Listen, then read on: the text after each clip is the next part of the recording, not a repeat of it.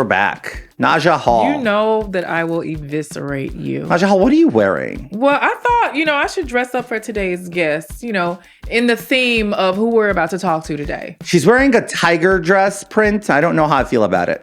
What? I don't know how I feel about love it? I like you in leopard better. Jealous. Oh, leopard is my signature. Yeah, it is. What do you think, Baron? I love the tiger.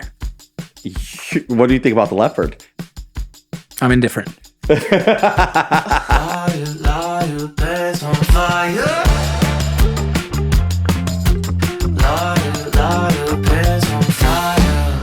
Speaking of tiger, do you know who we're interviewing today? Tell them. The king himself, Joey Exotic, straight from federal prison. Oh, okay. So I thought we were going to say Tiger King, but I totally messed that excited. up. I did. Tiger King was such a big deal. 2020, that damn near got me through the pandemic. Oh, right? I got through the pandemic with Macallan. Do you know who that is? No, is that It's a scotch. Okay. Is that a beverage? God. That's what got me through 2020. What about 12 you? or the 16? 18. Oh, look at this guy. Fancy pants. Well, you know what it is? I used to be in private equity, and I used to get a lot of these as gifts. So during the pandemic, I went through 4 bottles of 18 and 7 bottles of Cristal champagne. I thought I was going to die and the world was going to end. Did you get fat? Expensive liquor. I gained like 45 pounds in 20. The brown liquors will do that. Well, not only that, I also became a baker. So you drank and baked? Oh, yes, I was bored, cooped up in like 950 square feet, and I wasn't watching Tiger King like you were. Joe Exotic. Haircut, party in the front, corporate in the back. Or I think I just got that wrong, but it's corporate in the front, party in the back. Country star, presidential candidate. Wish. A former ex-husband of a few people, Carol Baskin's nemesis. All right, so let's get to it. I have so many questions about prison for Joe. You have no idea. Really? Asking for a friend. It's like nothing too serious. Okay, but, okay. You know what would be great if we followed this? Oh my God, Joe! It says federal prison. Shush, shush, shush, shush. Be quiet on set. Federal prison. Hey, Joe, can you hear us? Hello? Joe, can you hear us? There he is. I can't hear you. Can you hear me? I can hear you. How are you, sir? It's George Santos. Hey, I cannot tell you what a pleasure it is to speak to you, sir. Oh, it's a pleasure to speak to you, Joe. I just want to do this. I'm here on set with my co-host, Naja Hall. Hey, Joe. I'm a fan. Hi, sweetie. I love you. How I you cannot doing? wait to come to Texas and visit you, honey. Tell me what you want me to bring you. I got you. Hey. Unfortunately, the feds won't let you visit me because you didn't know me before I came out on the street. So we got to get me out of here, and then you can visit me all you want. That's amazing. So they have a restriction on you. You see, people don't know that. They think they can just roll up and meet Joe Exotic. Oh. So, Joe, I want to get into it. We have Barone here, who's also our producer on set. Nice to meet you. Okay. So I just wanted you to know. So we're all excited to hear and talk to you. Like, you're such an icon, and I'm like, I'm at a loss of words here. But I'm going to start off real quick. How are you doing? Are you being taken care of? Are you being treated fairly? Let me start off by telling you that President Trump needs to really pay attention to the Bureau of Prisons, because I watch people lay in here and die every day from the lack of medical care. It's grossly neglected. And, I get blood transfusions every month, and I'm fighting prostate and lung cancer. And if he doesn't help me, I'm not going to walk out of here alive. I'm just not. Joe, I know that you're fighting this cancer in prison, which cannot be easy. But I also know that you found a little bit of a light in prison with your engagement announcement to Jorge Marquez, who is a fellow inmate there. Has that helped? It does. You not only have somebody help you get through, an illness, but it gives you companionship, a better mindset, and a reason to keep fighting. Because when in 21 and 22, when I was in North Carolina fighting prostate cancer alone, going through chemo and radiation, hell, they kept me in a 6 by 12 foot concrete room locked behind the door 24/7. And, people out in the world, when you're sick and have cancer, you've got your own bed, your own family and everything. Hell, I puked for a year in a room by myself for a year. And I'm lucky I made it. I mean, God bless. I mean, it must have been a tough time, right? Yeah. So how is your relationship, Joe? And what is it like to be engaged to a fellow inmate? Well, it's amazing. He's an amazing man. He turns 33 years old on the 12th of February. He's a Mexican national, so we have a little bit of a language barrier, but I think that's what draws us closer is because we have to teach each other how to communicate, Is he suited to be released anytime soon? He is scheduled to be deported March the 18th. Oh, I'm so sorry, Joe. I mean, yeah. So that's why my lawyers, Roger Roots and M. Lambert and John Pierce, are my appellate lawyers, and everybody's trying really hard to keep him in the States, but I don't know if that's going to happen. I think that's going to be a challenge with President Trump's agenda. It is, but if for some reason I win my appeal or President Trump sees the light that I shouldn't be here to start with, I'll go to Mexico. I have no problem. Yeah. So I have a question for you. Don Jr., President Trump's eldest son, has been super supportive of Free Joe Exotic over the years. Right. And I'm curious if you've ever made contact with Don Jr. I have not. I've had my people reach out to him numerous times. You have a microphone now. Right. Make an appeal. Don Jr., I can't thank you enough for your support, but obviously Pop's not listening to you. I just wish that you could get him to take 5 minutes out of his very busy, stressful life to just look at the videos on my website, the evidence link, where they admitted to perjury, and a plot to kill me. I don't understand why I'm in prison, and I wish you could get President Trump to understand that and see that putting me in here is wrong. Not to mention, I've lost 7 years of my life. My parents have died. I've lost everything I ever worked for.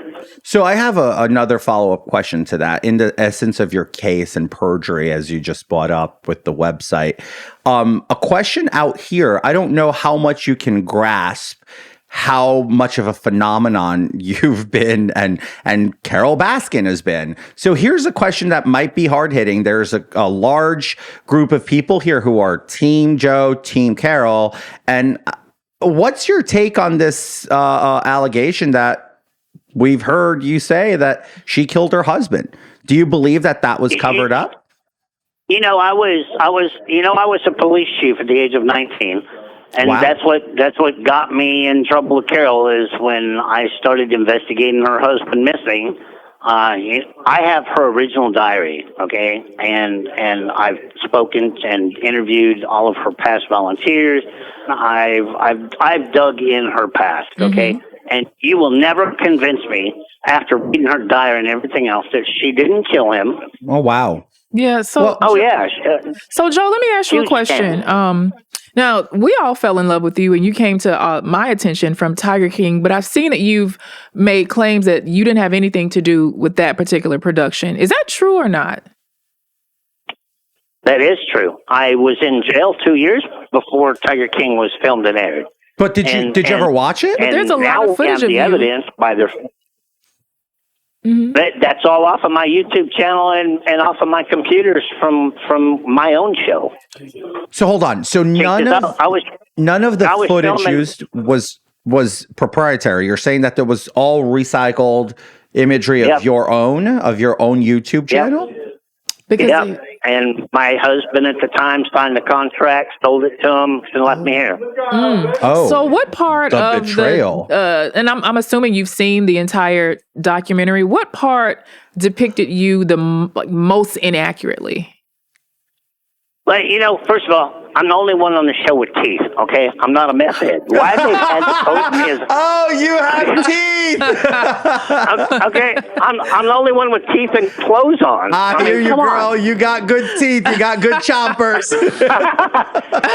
I mean, that's the craziest part, okay? But what really disturbed me, because I just watched it a couple months ago for the first time. Oh, you just watched it? What really bothered me that a lot of people didn't pick out of the whole show is if this would have been about tigers or Joe abusing animals or the plight of tigers, Saf that lost her arm, they would have interviewed her in front of a tiger cage so she could have talked about the plight of tigers. But instead, they interviewed her in a junkyard to make it look like all exotic animal owners' zoos look like shit, okay? And then who the hell interviews a hitman in a bathtub? So let me ask you a question. Since we're on the subject, did all of this change your passion for animals and wildlife and tigers? Does this deter you from ever wanting to do anything in regards to them again? Okay, what it did for me, George, was it made me want to help the plight of wild animals in the wild more and stop even AZA zoos, because after being treated the way I've been treated for the last 7 years, I could not even imagine because I used to sit and have breakfast and dinner with my chimpanzees, okay? And I cannot even imagine how they felt. Yeah, I know that must have been rough on everybody. So when you get out, because I firmly believe you're going to get out, Joe, and you're going to be able to come sit here with us in the studio. And depends on how many contacts Mr. Santos has. Yes. Well, look, here's what I'll say to you. This is going to air, and I obviously, as you can gather from inside prison, I know the Trumps fairly well, and we all interact well. I'm going to definitely text this episode to everybody so they can see. Hopefully it brought up to the attention of President Trump. You know, George, the main thing that I want everybody to think about and understand, especially President Trump, Tiger King 2, the season 2, the government's hitman got on world television and admitted that he perjured himself to the grand jury and to my jury during my trial. And he took the film crew and my lawyers to the zoo and showed them where he hid a murder weapon in the woods, where they were going to kill me if putting me in prison wouldn't work. So let me ask why am I in prison? And this call is from a federal prison. Has nobody been charged with perjury or conspiracy to commit murder? Well, I have a question for you then. And this is important. So in 2016, you ran for president as an independent, right? And yes. It didn't go far, but you did run a legitimate campaign. Then in 2023, you announced the run for president from prison, but as a Democrat. Now, I'm going to just preface this with you here as somebody who is politically partisan. Why the switch, and why do you think President Trump would want to give you a pardon, being that you ran on an adversarial platform of his? And it's not a gotcha question. And I'll tell you the honest truth, because I wanted to call out President Biden on how bad he was fucking up this country, okay? And I was hoping to be able to take enough votes away from him, and then when I finally ended my campaign and endorsed President Trump, that it would make a difference. And it helped a little because he won by a landslide, okay? But I wanted to know why, first of all, the Department of Justice is not just weaponized against Trump, but weaponized against normal citizens.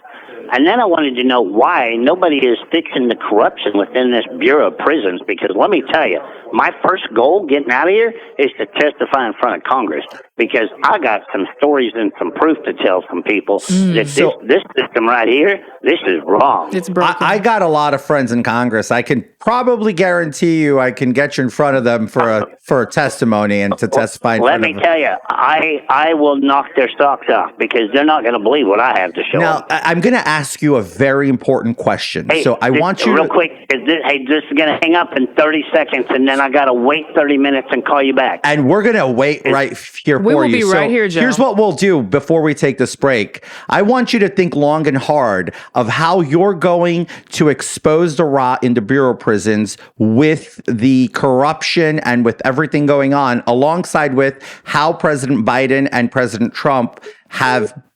And we lost him. We lost him. He said 30 seconds. You couldn't shorten I Damn, couldn't. bro. My bad. Damn. Waxing I intellectual got You were lost. talking I got to- lost into the eyes of the tiger. Damn it. I was so long-winded. My bad. I mean, there goes Joe. So we're going to have to wait about 30 minutes because Joe can only speak in 15-minute increments and wait 30 minutes in between. Okay, listeners. So we ended up waiting 45 minutes. Then Joe called back. And here's the rest of our conversation with him. This call is from a federal prison.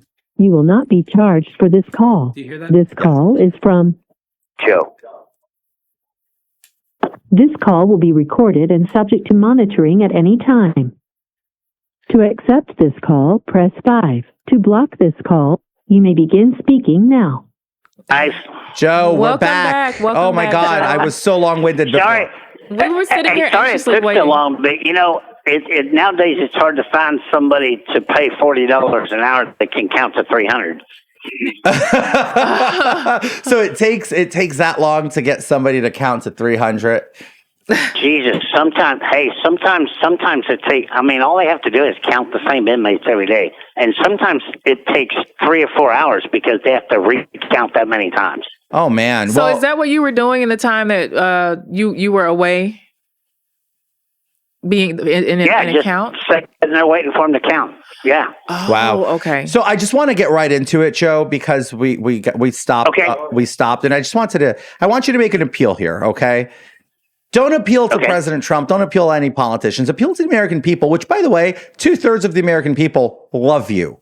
Everybody who's watched you loves you. I haven't met a single person who said you were a bad guy. So why don't you go ahead and give an appeal directly to those people, and then we'll continue the conversation. I want to hear how would you appeal to the American people in the next minute?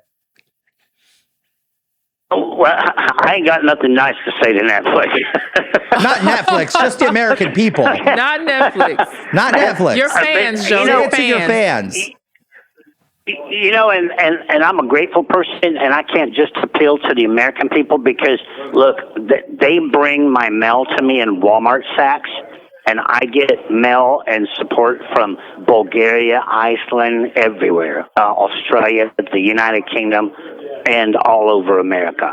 And I would just, first of all, I would like to say thank you, and George and I send our love to every one of you around the world, because without you, I'd have never made it 7 years. I'd have been swinging from one of the fire pipes like so many others do. But it's the love that I felt from everybody around the world that has got me through this, especially during losing my parents. You watched a scripted Joe Exotic on television because that was all done with producers and a professional film crew following me around all day long, and the wild side of me was a lot of it is me, but a lot of it was television. And the real side of me is what Netflix didn't show much of, and that was I spent my entire life cooking for the homeless every holiday, opening the zoo for free for people that had nowhere to go on holidays, helping sick little kids, raising money for Operation Smile to fix little kids' faces. I have a very compassionate side of me. You do. And, yeah. That's very sweet to hear, because I didn't know that about you. That's actually nice to hear. Oh, hey, I had Tigers for Tots, where I took that doesn't sound like a smart move. Hospital all the time, and I had an Animal Miracle Network where I granted last wishes for dying little kids. I did a lot. You've done a lot of philanthropic work, Joe. One thing I want to touch on is I saw how talented you were, and some believe that you were going to be the next big thing in country. Can you talk to us a little bit about the music career? What was your inspiration, and did you really write those songs yourself? Okay, now I sang in choir all the way through school, okay? And I played in the marching band, drums, and I played the guitar all the way through high school. I never really even thought about music until I started doing magic, okay? And when I started touring doing magic, my whole This call is from a federal prison. show was about using the animals to get people's attention, because my show is about saying no to drugs and driving and drinking, and bullying little kids. And if you watch any of my YouTube videos of my show, you'll see where me and Ricky the Spider Monkey always made a promise at the end of the show with every little kid to grow up and say no to drugs and don't drink and drive and to quit bullying little kids. Wow. So Joe loves the kids. So you love kids. Well, yeah. Because I've never had any of my own, so I like to spoil and take care of everybody else's and then send them home. So Joe, what about the day-to-day life? What do you do to pass the time in there? Well, I get up at 6 o'clock in the morning, I take a shower, and I go to rec at 7, and I spend from 7 to 10 with George at rec, and then we go, we come back in and get ready for lunch, and then at 12 o'clock I go back out with George until 3, and then I do the same thing from 6 to 8. So I spend about 7 hours a day with him at rec, and then in between, and this is no lie, federal prison is just a junior college for crackheads, because if you don't do drugs when you get, if you're not a drug addict when you get here, chances are you're going to be when you leave. And that's where I would like to appeal to President Trump. So there are drugs inside of your block, and you're in a medical facility because of your treatment. That's where I'd like to appeal to President Trump and Don Jr., okay? I could be so much more of a benefit out there because I want to testify in front of Congress, and I want to be on some kind of a task force to clean this mess up because Senator Ossoff needs a foot up his ass, okay? Because I kept Atlanta prison in the news every day with Senator Ossoff and Warnock the whole time I was there because, look, as much as President Trump is fighting the drugs at the border, but if you can't keep them out of a fenced-in federal prison, you just give up on the border. Wow. Oh, so hold on. You're saying that there's drugs coming in regularly, and we've seen this historically in shows. They sell an ounce of meth in here for $7,000. What? Yes. $100 worth of meth out on the street is $7,000 in here. Who's selling? Is it the guards? Somebody's bringing it in. Someone from the outside is bringing it in. So the outside, it's the guards are bringing it in, then giving it to some. I can't believe you're so surprised. I actually thought that was all production for TV. Some of it comes in by drone, but most of it comes in the front door by guards. By drone? Guards. We had a guard in 21. Hold on. Time out, Joe. Yeah. Who has $7,000 in jail, in prison, to buy an ounce of meth? How do you pay? Okay, here's how it works. Okay, they only have $100 invested in it. So say a guard brings an ounce of meth in, and he only spends $100. Okay, then they give it to the people that are selling it in here. They cut it up and they resell it for $9,000. Okay, and then they pay the guard their $7,000, and they made $3,000. And it's just a rotating business. But which prisoners have money to pay for this? It's like, are they paying in increments? They front it until they get sold. It's just debt. So it's on consignment. Huh? It's on consignment, what you're saying. Yes. Yeah. So are you wondering how are the prisoners getting this much money? Is that where's the prisoners getting the money from? From their commissaries? Okay. Oh yeah. They're stuck in they're draining their families to buy drugs in here. If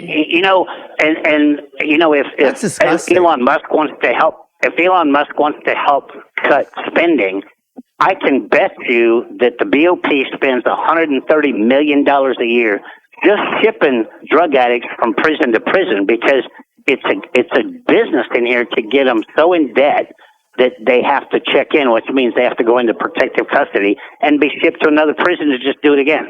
So let me ask you real quick, because this is very important and we have limited time, right? How would you do things differently? In 30 seconds, give me that answer, and we're going to do a little rapid fire here because you just opened my mind, like corruption with prison guards. First thing is everything can't be it can't be covered up anymore. It has to be exposed, and people have to be criminally charged. Mm-hmm. Okay, the guards. I agree. Okay, okay. Instead of being covered up, right? If you want to take the burden off of the taxpayers, Jesus Christ, the guards are smoking in here. the inmates are smoking in here. A pack of cigarettes is $225. Start selling e-cigarettes and start making some money and cut the bullshit.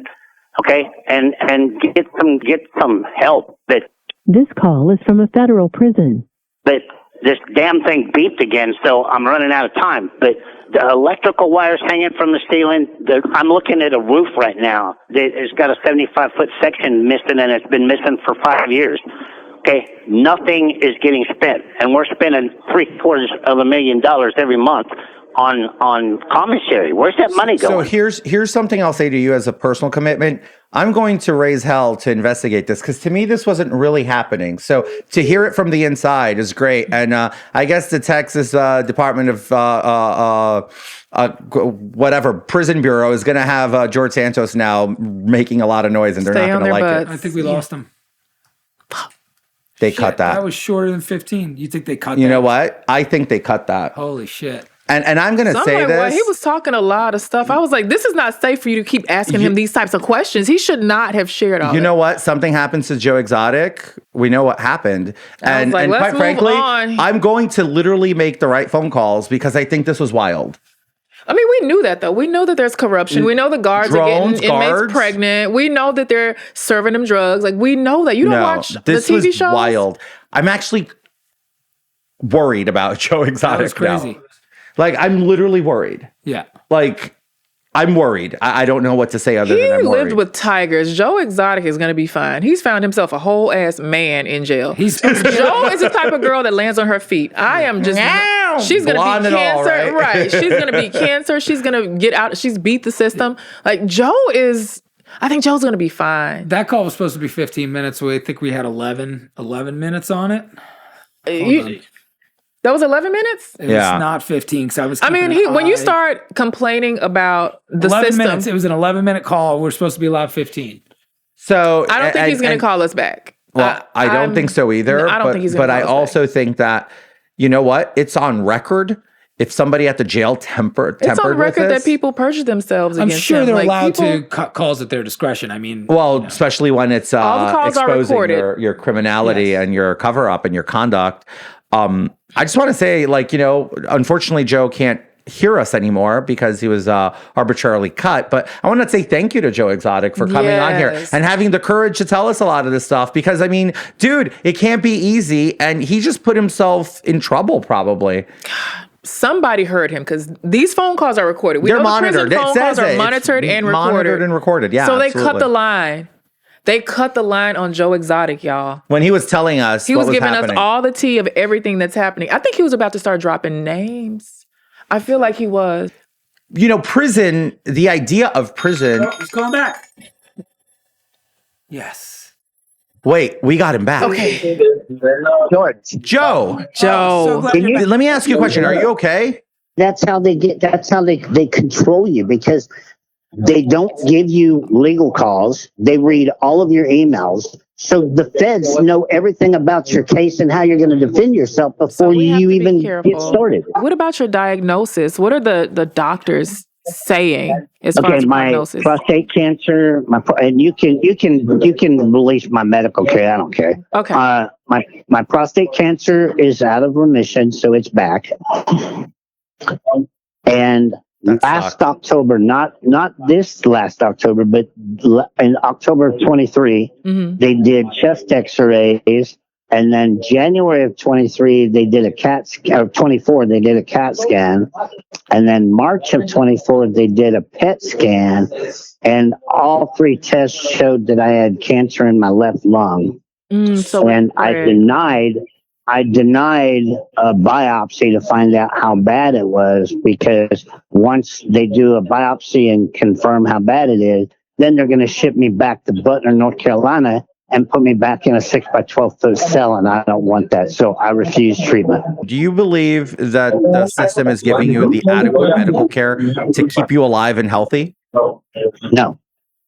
And have you challenged them on this?